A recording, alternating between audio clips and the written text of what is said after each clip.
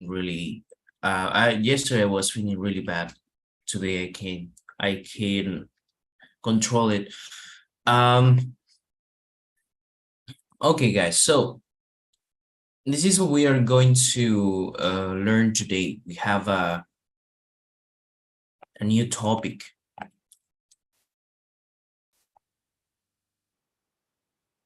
Well, we have been learning about the causative. Causative, right? Well, the causative, I'm sorry, no, not the causative, but the pronouns, the reflexive pronouns. And today we will learn the causative.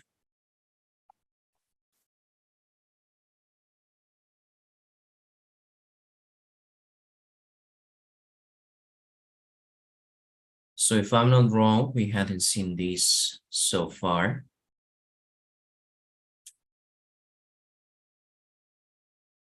Um,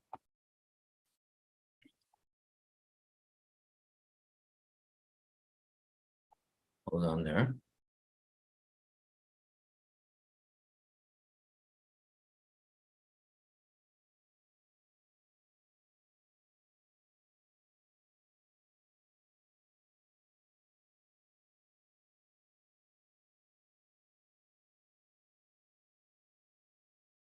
Good. Um, so this is the first topic, right? The reflexive pronouns. Reflexive pronouns are these, well, pronoun, remember that it's something that substitutes when an object refers to the subject. So there are a few verbs that if you want to use them for you, it wouldn't make sense. For example, the verb, if you say I run, then you know that this verb refers to the subject, right? The run makes an effect on the same subject. El verbo run tiene un efecto en el mismo sujeto. Sabemos que run, si yo digo I run, pues me estoy refiriendo al sujeto. Yo corro. But some other verbs like hurt, por ejemplo, el verbo hurt, eso es yo lastimo, right? Y si quisiera decir yo me lastimo a mí mismo, then I would need to use the reflexive pronouns. I hurt myself.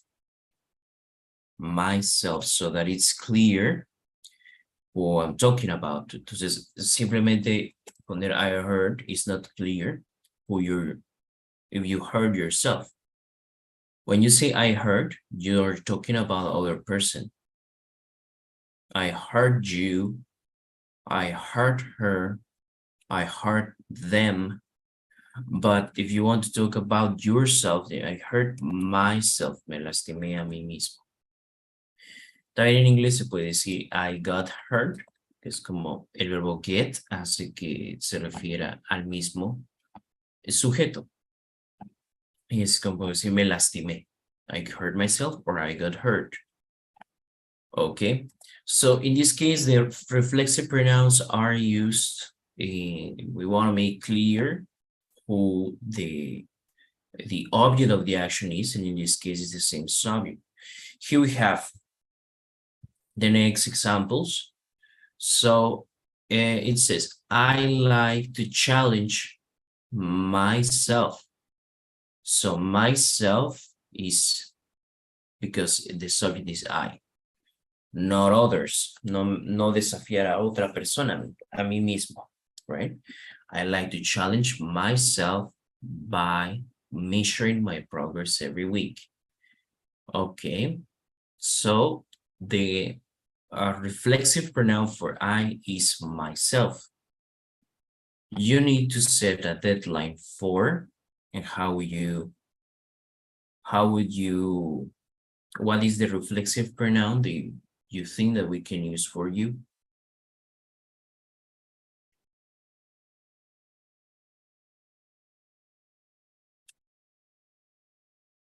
What can we use? You, what is the reflexive pronoun? So we can say ti mismo.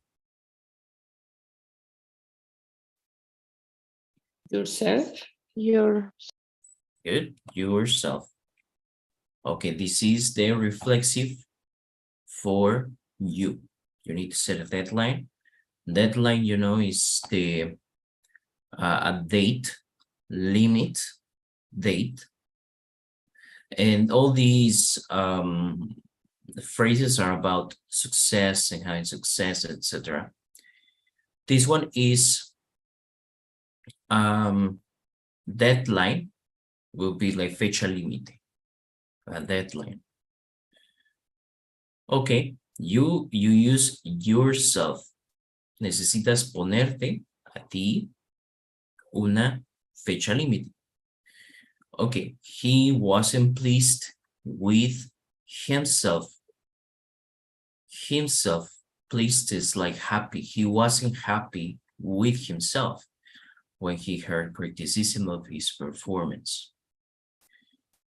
And the next one, she taught, and what is the reflexive pronoun that we can use with she?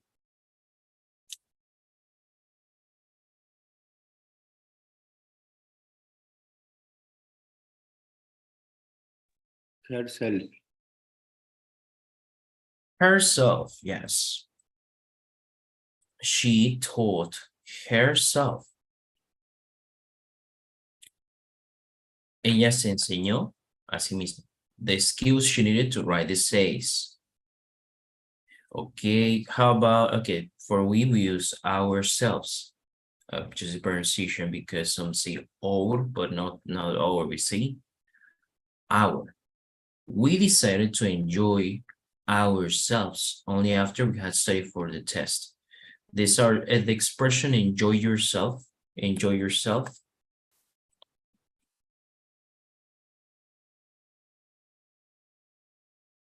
means give it a break from work. Dar un descanso del trabajo. Un descanso en general, tener tiempo para ti. Okay, eso significa enjoy yourself. If I tell you, okay, enjoy yourself, quiere decir descansa. I don't know, maybe after work, quizá después del trabajo. So maybe I could say, have a good afternoon, enjoy yourself, right? So when you say we decided to enjoy ourselves, it's like we decided to have time for ourselves after the test. So that means we only have free time after the test. Okay. The next one, teenagers. Teenagers is they. So what pronoun can we use with this?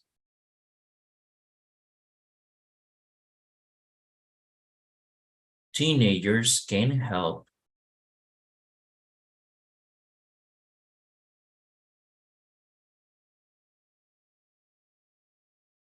Teenagers is they. So what is the reflexive of they? We have it here too.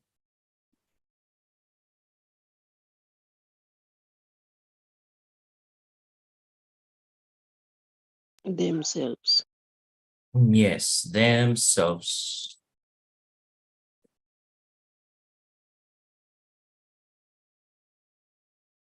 Okay, so we check the personal pronouns are myself, yourself, himself, herself, ourselves, themselves. And we have another one that is itself. Itself. So itself is used for an object, right? Or an animal, but not for things that are people. Okay. For example, I could say the car freezes, or not freezes, cools itself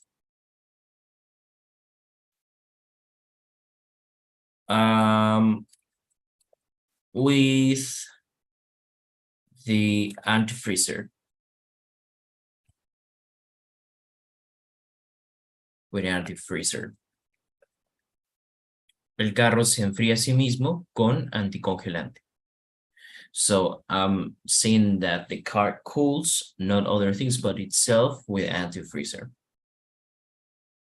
Okay, well, that's the idea. That's how we use the, and there are other use, of course, of the reflexive pronouns. For example, reflexive pronouns can be used when it's something emphatic. Algo que es enfático, okay? For example, you want to say that something very amazing or a very important person is talking to you. For example, imagine the president. So you say, el presidente mismo me llamó por teléfono. Okay, well, so this is like a very amazing thing. No, it doesn't happen to any person. So if you want to emphasize this fact, you will need to say, the president himself called me. Entonces, el himself, después de presidente, se utiliza como para enfatizar el hecho de que el presidente llamó y que es algo impresionante. El presidente mismo, himself, okay? Or you could say, I don't know, you yourself told me you didn't like meat, but here you are eating a burger. Maybe it's a vegetarian burger, right? Me dijiste que no te gustaba la carne.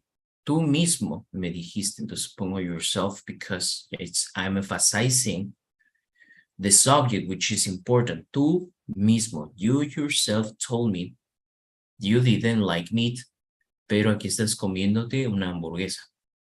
Okay, so you see like these kind of situations where we use yourself. What could be? My mother-in-law herself made me my favorite meal. Mi suegra misma me hizo mi platillo favorito. So this, we are using herself because it's like impressing. It's something that maybe not many mothers-in-law do it, but it's like a special case. So you're using herself. Okay, so that is like the emphatic way we can use the reflexive pronouns when you want to say that something is surprising. But there's another use that you will find here below. Using by. Okay, when you use by, maybe you've heard of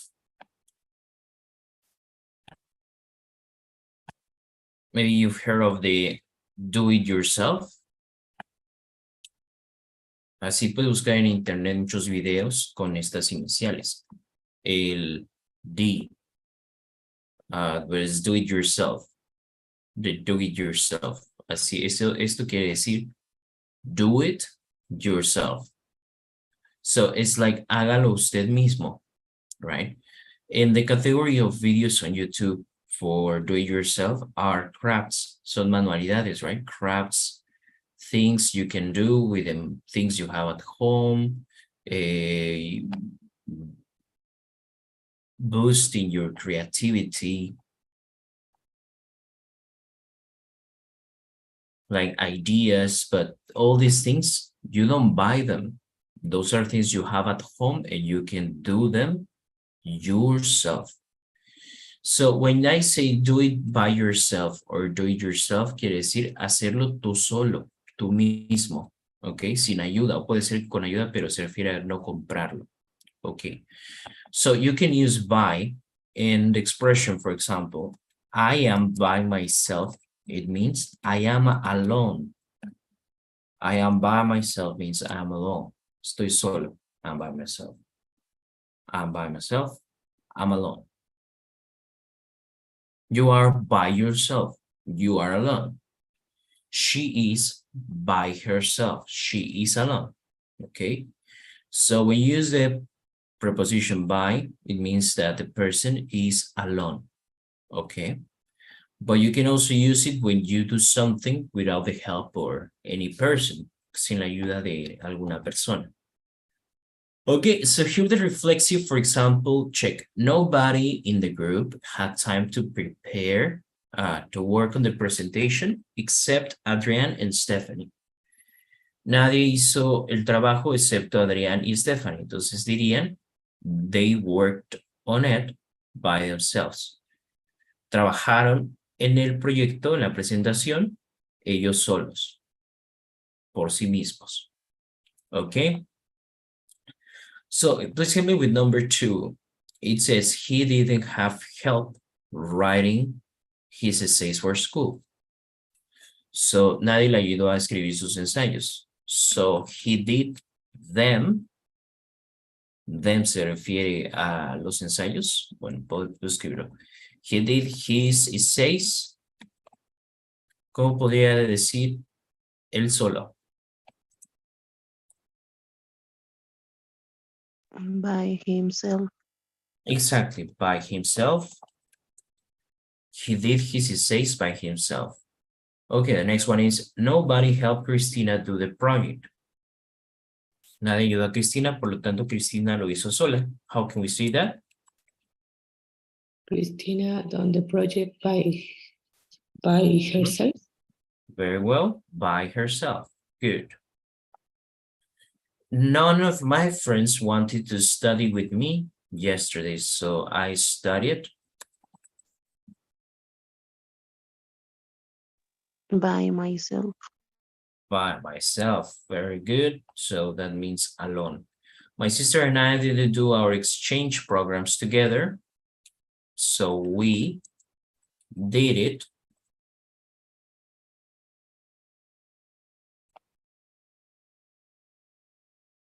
ourselves. very good, ourselves. Notice that the plural themselves here and ourselves is written with V. Okay, so you don't write like this, it's like this. Okay, so tell me, do you have any questions about the reflexive pronouns?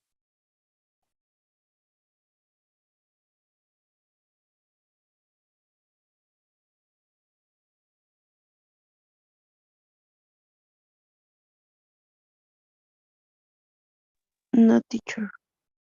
Oh, okay, very well. So, and well, we were talking about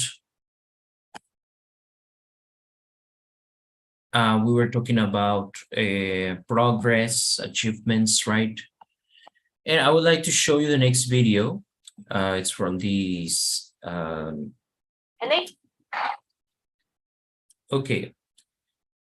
So this woman, she's a businesswoman in the United States. But yeah, there were moments that she was about broke, and she didn't have any money, right? Or that she had a lot of problems. And I want you to check the vocabulary about is the vocabulary about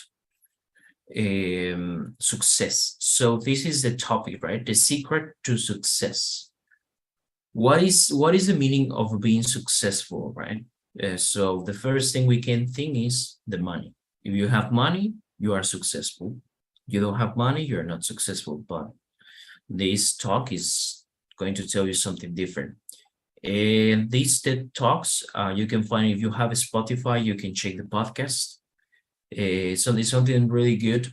They have podcasts of any topic, pero estos también son como, tienen su podcast y YouTube. And this is like from this university, right? And these guys get ready. They are experts, doctors, business people, like very important people get prepared at least with 3 months of anticipation. Tienen que preparar con 3 meses de anticipación mínimo. And then they present their their talk here. Yeah, and they're about any topics. Hay temas de psicología, ciencia, historia, experts talking about very interesting topics. So I recommend it very much. But well, let's going to play this, and vamos a detectar igual si hay reflexivos, pero el vocabulario que hemos visto sobre progreso, éxito, etc. Let's go.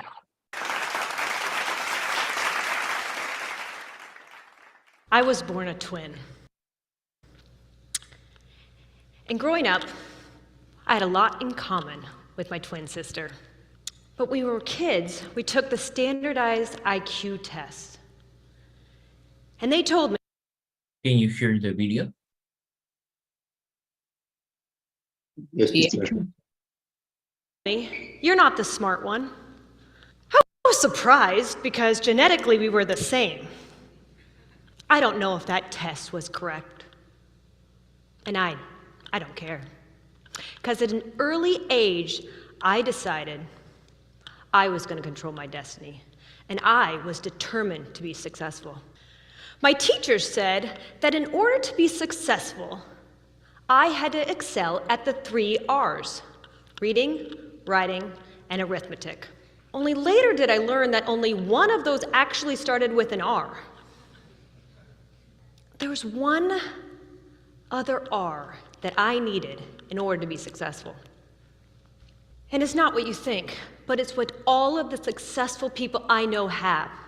And it's what I had after I was broke, unemployed, and devastated at 23 to being more successful than I could ever have imagined.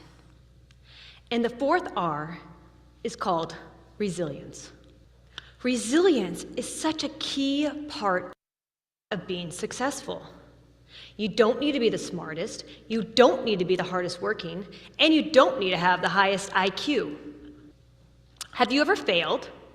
In school, in work, in business?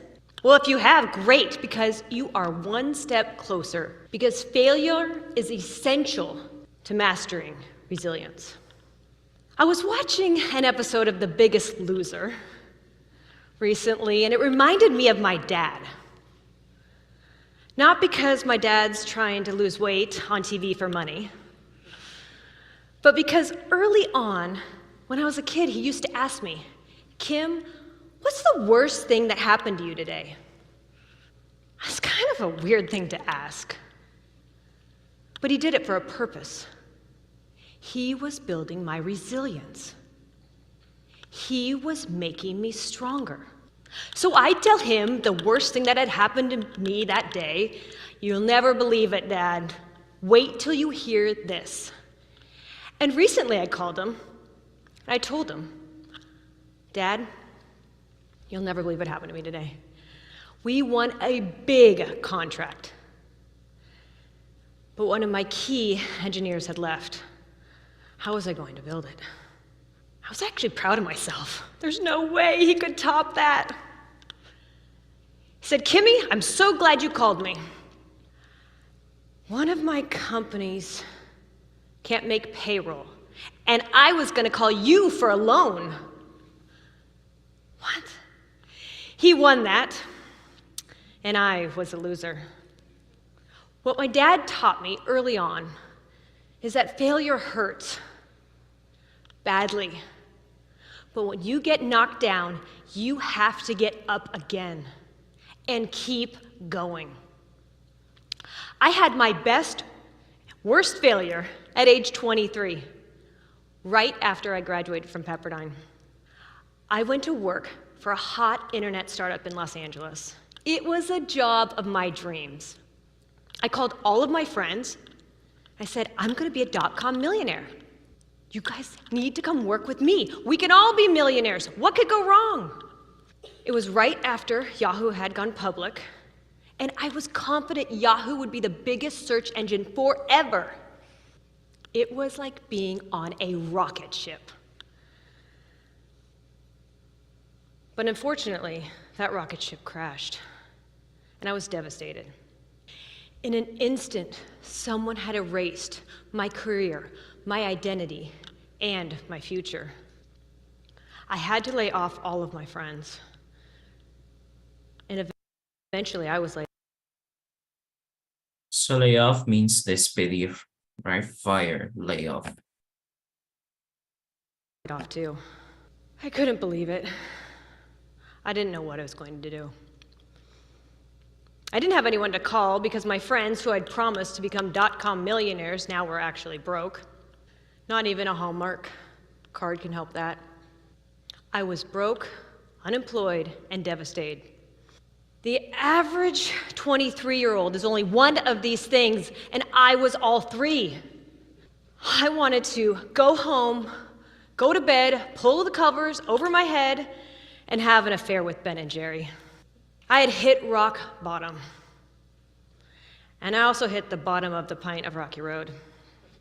And at that moment, I realized I needed to get up. I had to keep going. I believed in the internet, and I believed in the opportunity. There was only one problem. I was broke. My track record of bankruptcy made it hard for anyone who wanted to lend me money. The economy had crashed, so I called the one person I thought could give me more flexible terms on a loan, my 80-year-old grandma. I said, "Grandma, I've got an amazing investment opportunity for you in the internet." She said, "Kimmy, what's an internet?" I tried to explain her what the internet was, but it was a little bit hard for her to grasp. So I think it turned out well for me because she gave me the loan anyway. She made a bet on me. So with $10,000 from my grandma, I bought a computer, a business license, and a one-way ticket to Hawaii. Sounds beautiful. It was. Sounded like a perfect opportunity. Everyone says, poor you had to go to Hawaii. But the reality is, I went there because I could live rent-free with my boyfriend. And I spent the next 3 years working from his kitchen table. I didn't learn the hula. I didn't learn to surf. Actually, did I forget to mention, this was the reality. His sister and her best friend actually lived with us, and 10 feet away every day, they would blare MTV and smoke weed. They were hotboxing my office. It was very, very hard to concentrate, and not the most ideal startup environment. And it was at this kitchen table that I took control of my future and my destiny.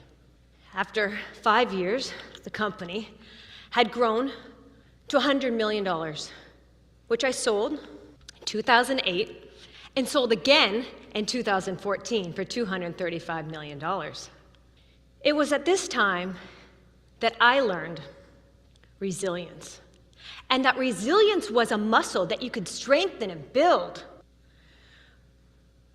But in 2014,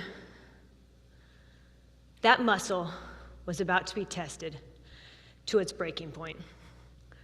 This is a story I've never shared publicly until now. It just hurt too much. 5 years ago, when I was looking to sell my company, I put a Post-it on my bathroom mirror. Said the date, June, said the potential acquirer, and had my vision there so I could see it every day. What I also had next to that vision was a picture of the ultrasound of my twins. I was so excited. I couldn't believe it. I had tried for nearly 6 years. I was trying to get pregnant, and it just didn't happen. We did everything. Having a family was a dream I wanted and the gift I wanted my entire life, but nothing worked. IVF, the doctors, we didn't know. I would have traded all of my business success to have a baby. So we decided to get a surrogate. And 6 years later, it worked. we got the news we were having twins. And being a twin, I was over the moon. I couldn't believe it. This was the best news I'd ever heard. And we weren't going to tell anyone till at least the second trimester. We'd been on a roller coaster during the pregnancy trying to get pregnant, and we just didn't want to jinx it. It was nerve-wracking. And plus, I had this big deal I was working on to occupy my mind. It was the perfect plan. I would sell the company in June, and the babies would come in August. But life never goes according to plan. I'd been training my whole life. I'd built my resilience muscle. But on May 5th, 2014, the best and worst day of my life, I got a call from the doctor. They said, Kim, your babies have an infection, and they're going to be delivered. It was 24 weeks, 4 months early. Did you know the number one cause of newborn death is prematurity? And that's anything under 37 weeks. We were at 24. The doctor said there was a 50-50 chance they would even survive. I felt so helpless and so powerless. It wasn't until even a couple weeks ago that I could even look at a picture. I had to call my family and ask them to send this to share with you. When our twins were born, we didn't get a hold of them. They weighed less than a pound, and they were whisked away to the newborn intensive care unit. My husband and I did not know what we were going to do. The first time that we were even able to touch them was through the hands of an incubator. My husband could put his ring on the wrist of my son, and it would dangle like a bracelet. My son's brain was bleeding, and my daughter had a hole in her heart. Every day, we did not think they were going to survive. My company, there was hundreds of lives depending on me to close the deal. And in the hospital, there was 2 children fighting for their lives. That picture was a vivid memory, a vivid nightmare that I never wanted to look at, never wanted to relive. Our twins taught us what it meant to be strong and resilient. Weeks went by, and my daughter had a successful heart surgery. And my son's brain stopped bleeding before it impacted him. They showed us true strength. And day by day, they got stronger. 4.5 months later, we finally got to take them home. Before that day, if someone had asked me what success looks like, I would have said this. Yes, we closed the deal, and we sold for nearly $250 million. But today, if you ask me what success looks like, it looks like this. John and Elle taught us what true resilience looks like. So if you fail, learn from it. And if you fall, get back up. And if it feels impossible, keep going. That is the secret to success. Thank you.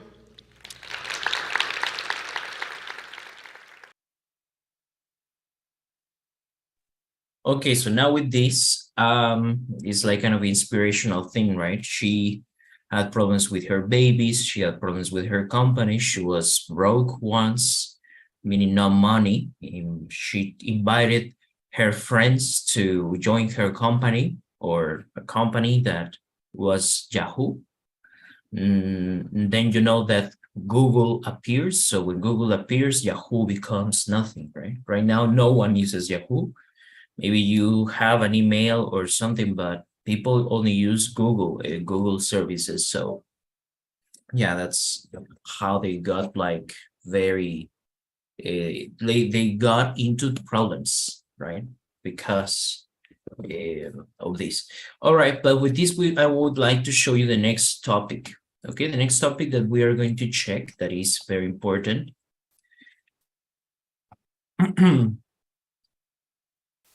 Is the causative. Causative is when you don't do something, but other person does it for you. Podemos decir que, en resumidas cuentas, es eso. Alguien hace algo por ti. And we're going to learn then how to use the causative. Okay. So yeah, causative can be a little bit confusing.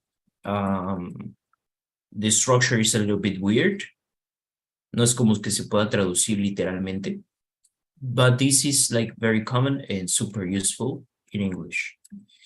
Okay, so if you do something yourself, you don't use the causative. But if you want to do something, so the causative is called like this because you cause something to happen. Causas que algo suceda. Okay. Tú lo realizas, pero de forma indirecta. Right? Eres como el autor intelectual, pero tú no haces la actividad. For example, imagine I need to wash my car. Necesito lavar mi carro. Entonces podría ser, I wash my car by myself. That's one of the options. Lo lavo yo mismo. Okay? But in the causative, if you don't do it by yourself, if other person does it for you, entonces se utilizaría aquí el causativo. I have or get my car washed. Ok, y esto quiere decir yo mando a lavar el carro o yo hago que laven mi carro. Ok, so the have and get, you can use any of these. Puedes utilizar have or you can use get, is the same. Ok, puedes utilizar have or get. Esa es una de las cosas que tiene el causativo. And the other thing is the verb in past participle. Y un verbo en pasado participio. Muy parecido a la voz pasiva, pero esta es otra estructura. Okay. Utilizamos have. Acuérdense que la voz pasiva utiliza el verb to be. Por ejemplo, the car is washed. Podría decir, the car is washed by them, by herself, by, etc. Okay, in this case, so we use have and get in the verb in past participle. Aquí tenemos otros ejemplos. Okay. Entonces aquí tengo el ejemplo de Lauren. Lauren is getting her knee examined now. Okay. Bueno, Lauren no es una doctora, entonces pues no se puede revisar su rodilla ella sola. Entonces va con un doctor. So you're using in this case the verb get. Lauren is getting her knee examined now. Lauren está haciendo que le chequen, que le examinen su rodilla. Okay, the next one is Jennifer. Okay, para su amiga. Si Jennifer hiciera el pastel, entonces la oración iría como Jennifer made a cake by herself. Pero como Jennifer no hizo el pastel, sino en esta oración lo hizo otra persona, entonces sería Jennifer had a cake made for her friend. Entonces al decir Jennifer had a cake made, quiere decir que ella mandó a hacer un pastel. Okay, the next one. David needs to get his camera. Y el verbo sería fix. So if David fixes his camera, he would say David needs to fix his camera. Pero como él no la puede reparar, entonces va con un profesional. Entonces, David needs to get his camera fixed. Necesita mandar a reparar su cámara. ¿Ok? Logan will have his eyes. Entonces, Logan tampoco es doctor, no se puede revisar sus ojos él mismo. Entonces, Logan will have his eyes checked. Se va a ir a revisar los ojos. Okay. So in the case of the video, for example, we saw that this woman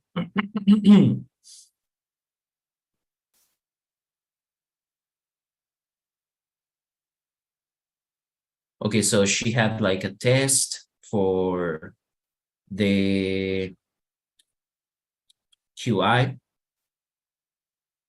and we call it EQ or IQ, right? El examen de inteligencia, and you said that she wasn't very intelligent. Okay, so it's one of the things they say, right? If you, they say, if you want to be successful, you need to be very intelligent. You need to be rich, right? Well, what is the key for success? And she tells us about the company, okay? So we have here an example, right? An example that happened with her babies, her twins. Aquí no muestra, right? Entonces, ella no revisó a los bebés, sino lo hizo un doctor. Entonces podríamos decir, she had her babies checked. Aquí puedo utilizar had o puedo utilizar got. It's the same. She got her babies checked. So this means that someone else does it for her. Not her, but another person. Alguien más lo hizo por ella. And that is the causative. So the causative has different types. Let me show you here. Okay. Entonces tenemos tres tipos de causativo. Okay, we have the causative type 1, the tipo 1. This is the causative that we are checking. Someone does something for other person, but that person is not mentioned. Alguien hace una cosa por otra persona, pero esta persona no es mencionada. ¿Ok? Por ejemplo, aquí estoy diciendo, I have or I get my car washed. Simplemente estoy diciendo que mandé a lavar mi carro, pero no estoy diciendo quién lo hizo. ¿Ok? You could say, I got my throat checked. For example, right now, I have a sore throat. I feel sick, so I can check it myself because I'm not a doctor. So I say, I got my throat checked. Entonces, esto quiere decir que me fui a revisar mi garganta, ¿no? Porque estoy enfermo. Okay, or you could say, I have, aquí no importa si utilizas have o si utilizas get. Aquí como el verbo está, quiero utilizar en pasado, por eso lo pongo en pasado, pero puede estar en presente. Si tú quieres decir, I have my throat checked, significa que me checan la garganta. I had, me checaron. Okay, my throat. I had my throat checked. You have your car washed. Tú haces que te laven el auto. He has his food made. Él hace que le cocinen, que le cocine a alguien más. Ok, este es el causativo, tipo 1. Okay. We have another one, that is the causative, type 2, causativo de tipo 2. Someone does something for other person, and that person is mentioned. Y ya se menciona a la persona, al profesional que hace esto por la otra persona. Okay, for example, okay, maybe tell me, for example, Laura, you, I don't know, okay, maybe you can't pay your own taxes. Quizá no puedes tú pagar tus propios impuestos. So imagine that you're a freelance, so usually the company does it for you, but imagine you have a business, so you are independent worker. Y quieres que alguien te haga las declaraciones de tus impuestos. ¿Ok? Entonces, ¿quién sería el profesional que puede hacerlo?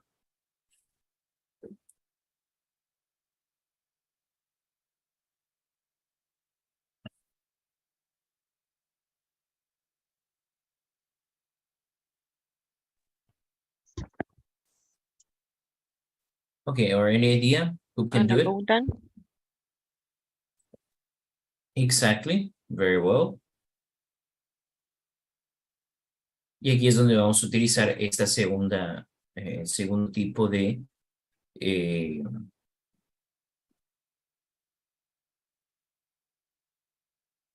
bueno, este tipo de causativo cuando se menciona al experto.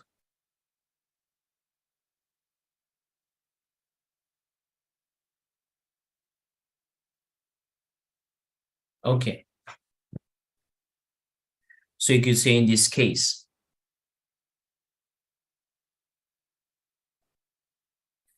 I have, si yo lo hiciera solo, diría, I make my tax return. Tax return sería de la declaración de impuestos. I make my tax return by myself. But if I can't do it, then I have an accountant. Entonces dirías, I have or I get the accountant make my tax return. Entonces, bueno, si no lo hago yo mismo, contrato a un contador o contadora. Y aquí, entonces, sería, hago que mi contador me elabore mi declaración de impuestos. Okay. So, I get the accountant. In this case, you also use the verb have and get. También podemos utilizar have o get. No hay diferencia. En el tiempo que tú quieras. Si lo quieres poner en pasado o en futuro, sería I will have, I will get, present perfect, I have had, I have gotten, all right? The accountant, y aquí como notarán, el verbo ya no está en forma de pasado participio. So in the causative type 2, you need to use the verb in the base form. In the causative, the type 1, you need to use the verb in past participle. But when in type 2, when you mention the person, you don't use the verb in past participle. Y aquí al último se pone lo que la persona hace por ti. Entonces, sería la fórmula algo así como have or get. Then you mention the person, la persona que hace eso por ti. Verbo en base form, forma base. Y la acción, lo que se hace por ti. Vamos a llamarlo el favor que te hace esa persona. Okay. Itself, for example, you can't, let's imagine you can't, I don't know, you don't have time and you ask your mom to, I don't know, to clean your room, or a friend or your sister. So you don't clean your room. So you want other person to clean your room. Entonces, ¿cómo podríamos decir que, no sé, algún familiar, tu mamá, tu hermana, hermano, etcétera, te hacen el favor de limpiar el cuarto?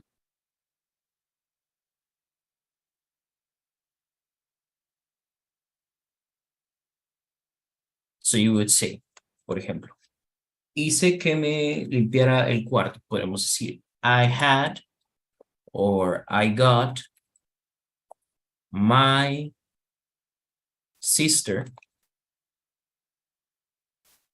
Y sería limpiar el cuarto. Clean my room.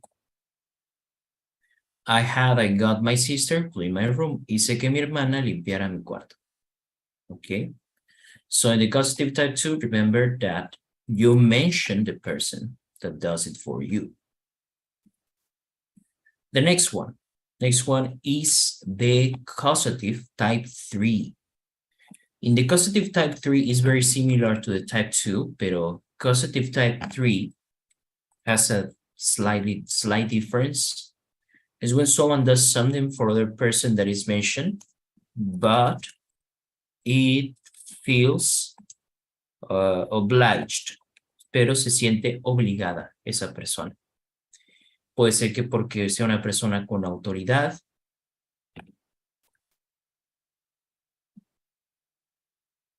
Ok, entonces aquí en este caso la persona no lo hace de tan buena gana. Por ejemplo, un padre. El padre no va, la madre no quiere limpiar, let's say, no quiere lavar los trastes. Entonces le dice a su hijo que lo haga, pero como una orden. Entonces sería así. Y esto diría el padre o la madre. I had my son to wash the dishes. Entonces, al agregar aquí en este caso, cual estamos utilizando ya sea have or get, had or got, you need to use the infinitive to wash. Y al agregar el infinitivo, si se fijan en los anteriores no tiene infinitivo. Right? Ok, entonces aquí se utiliza el infinitivo y esto es como que lo obligaste. So the person feels obliged, feels bad. I had my son to wash the dishes. Quiere decir, lo obligué a lavar los trastes. Hice que me lavara los trastes. I got, I don't know. I had or I got my friend to help me with my homework. Hice que mi amigo me ayudara con la tarea. Entonces, al agregar el to, estás como que el amigo no lo hizo de tan buena gana. Okay? It was like, not a favor, but it's like more like an obligation. Okay? So please tell me, do you have any questions about the causative?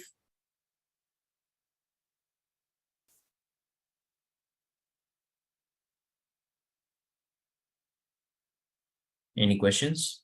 Yes, have and get have a specific meaning. I don't understand that. No. It cannot be translated, no se puede traducir literalmente. Por eso es un poco complicado. Pero como lo podemos traducir es como hice. Ajá, por ejemplo. Si yo digo, I have my throat checked, pues literalmente sería como tuve mi garganta checada. Que al español pues suena feo, no, o sea, no se entiende tanto. Pues es como si dijeras, me fui a checar la garganta. Entonces al decir me fui, es que alguien, bueno, fui a un doctor, right? He has his food made. A él le hacen la comida. Entonces el have y el has no es que se pueda traducir literalmente, porque sería como, él tiene su comida hecha. Pero eso no traduce el significado, entonces más bien es como a él le hacen la comida. Right? Yo hago que el contador me haga, me elabore mis declaración de impuestos. Okay. Entonces, have, get, can be translated, no se pueden traducir literalmente como tener o obtener, pero eso es como mandar, hacer. Por ejemplo, aquí también. I have got my son es como hice, que bueno, el verbo hacer es do, pero aquí no lo estamos utilizando. Por eso es un significado cercano, porque no se puede traducir literalmente. Hice que mi hijo me lave los trastes. Okay, so yeah, have and get don't have a real meaning, a perfect translation to Spanish. Teacher, causative can be used in future. Yes, you can use the causative in any tense. You can say, for example, aquí lo único que se modifica es la gramática de have or get. I will have, I will get, I don't know, my, I don't know, could be my groceries shop. Haré que me hagan la despensa. O me van a hacer la despensa.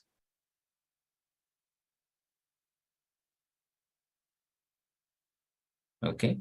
I will have my grocery shop. Yo no las voy a comprar, las va a comprar alguien más por mí. So it's called causative using these sentences porque el causativo es que tú haces que eso suceda. Generalmente el autor intelectual, digamos, no es la persona que lo hace, sino eres tú. Tú haces que eso suceda, pero no lo haces directamente. Lo hace otra persona, es decir, causas que algo suceda. Por eso es causativo. ¿Ok? Pero sí, esto se puede utilizar en cualquier tiempo. Any questions? Thank you. Yes? Okay, very well. So we'll be practicing this tomorrow. So thanks, guys, for joining us. Have a good day. Goodbye. Take care. Bye, teacher. Thank you. Nice to have you back.